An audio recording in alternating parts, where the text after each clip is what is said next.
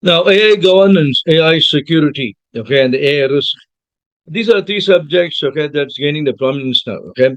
So AI is all, poised to rule the world for next 20, 30 years, okay. That's something which is inevitable as such, okay. So AI, lawful AI is one of the core concepts of AI governance, okay. What is lawfulness? In fact, lawfulness or is something that we started hearing, okay, when GDPR came to the existence. Okay, data protection. Okay, there's an data protection started discussing about the lawful basis for collecting the information and processing it. Okay, now when the AI started coming in, okay, we don't have a choice because the data set, if it contains the personal information, so the lawfulness with respect to data protection is also inherited by the artificial intelligence. So the data set, okay, if it contains, we are not sure, okay, because it depends upon what sort of an data set we have and the algorithm that we are going to choose to generate the model. Okay, all these things are specific to a particular problem definition or the business requirement. Okay, now if the business requirement is such that to profile the user base and decide on something, okay, then it becomes inevitable, okay, to process their personal information also. Moment the personal information gets inside, then we have the GDPR, CCPA, SADAI, DPDP, PDPC, all these laws coming in. Okay, so that actually dictates. Okay, there should be a lawful basis for artificial intelligence also to start processing the data. Now, what is the lawful AI? Development and use of artificial intelligence in strict compliance with all the relevant laws, regulation, and legal norms. Okay, there's something called as an applicability. If your data set is not going to contain the personal information, then you need not be concerned about the privacy laws of that particular country or the region. Okay, but if yes, okay, then it is applicable. Okay, now privacy law is one part of it. Okay, there are laws with respect to the information security also. In India, the certain, okay, has got dictates few conditions, okay, wherein you need to report the incident, okay, for example, within 6 hours, okay, as long as DPDP is not going to speak about, the notification timeline, okay, we need to follow what is there certain by default, okay, is that what people are actually assuming, okay, there's no clarity on that.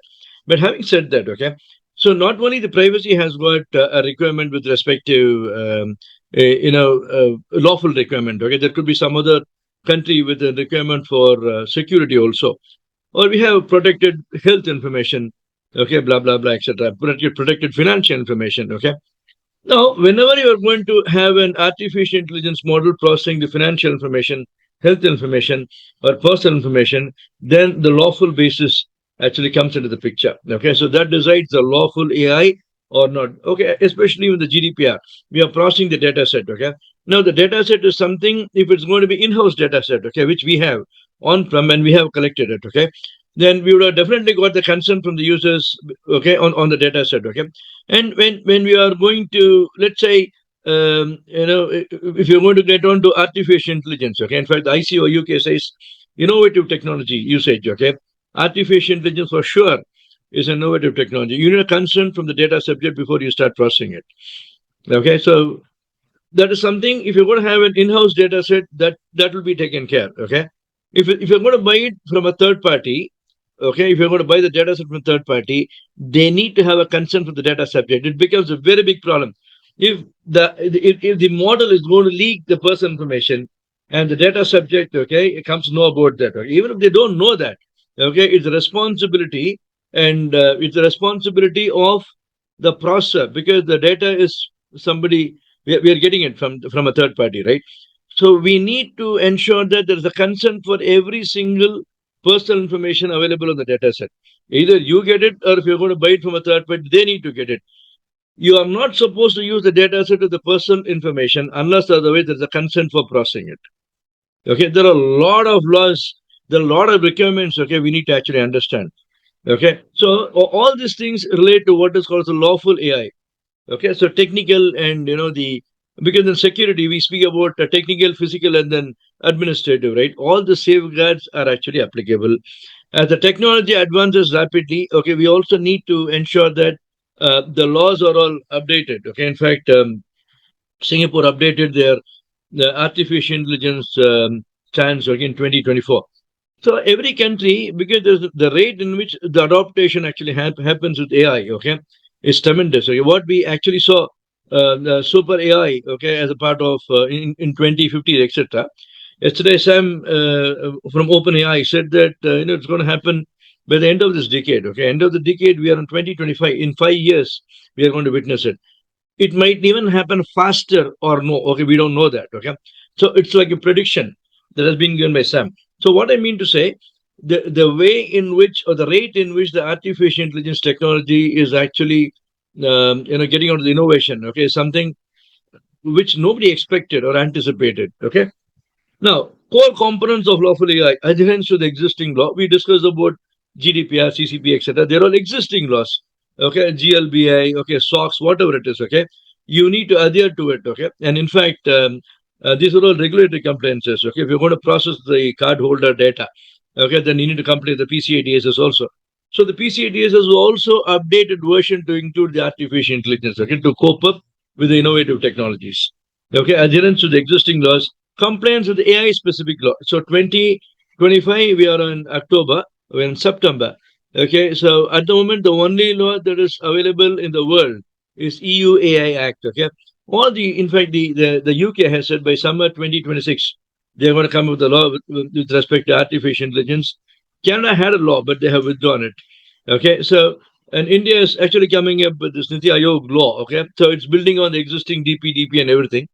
So many of the countries are going to, let's say, in span of next 2 years, no, definitely. Okay, so by end of 2027, lot of countries will have, or most of the countries will have an artificial intelligence law. Sadaya, okay, is a law in Saudi Arabia.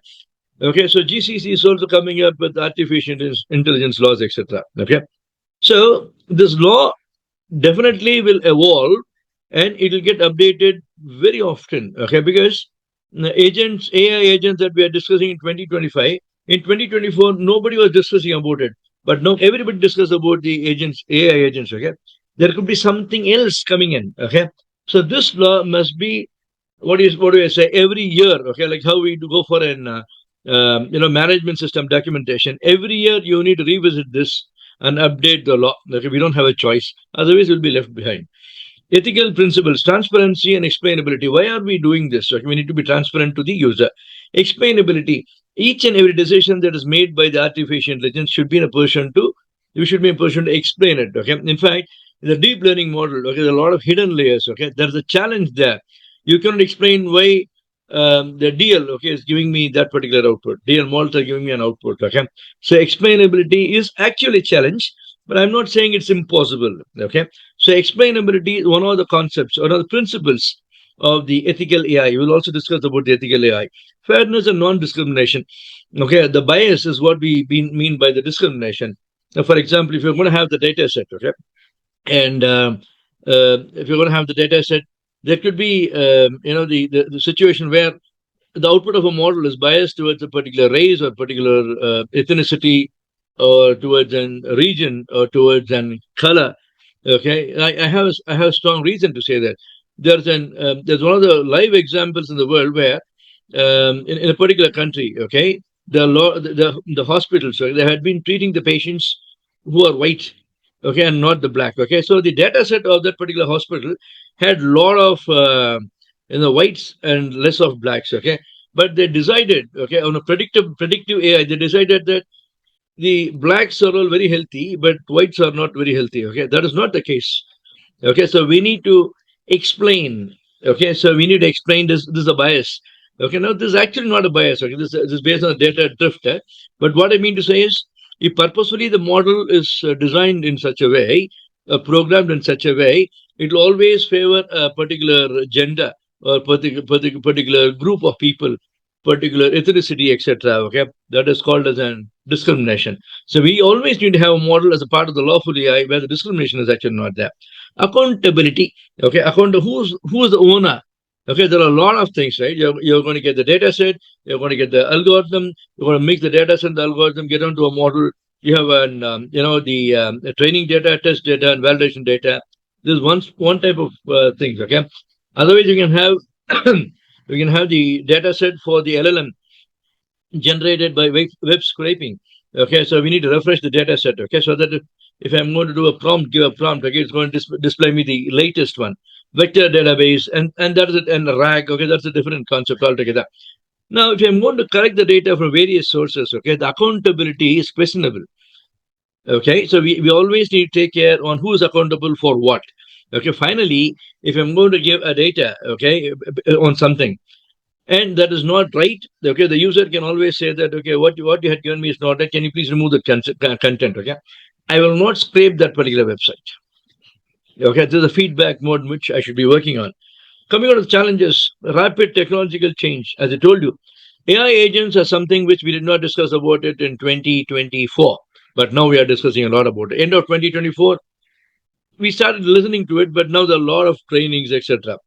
Defining AI. Every country has got different definitions of the artificial intelligence. Okay, defining AI is problematic. Regulatory authority. People do not know where should we report the incident to. For example, let's say that India is adopting an AI Act. Okay, there is actually an attack on the privacy. Okay, now we have a Data Protection Board of India as a supervisory authority, and for AI there could be some of the regulatory authority.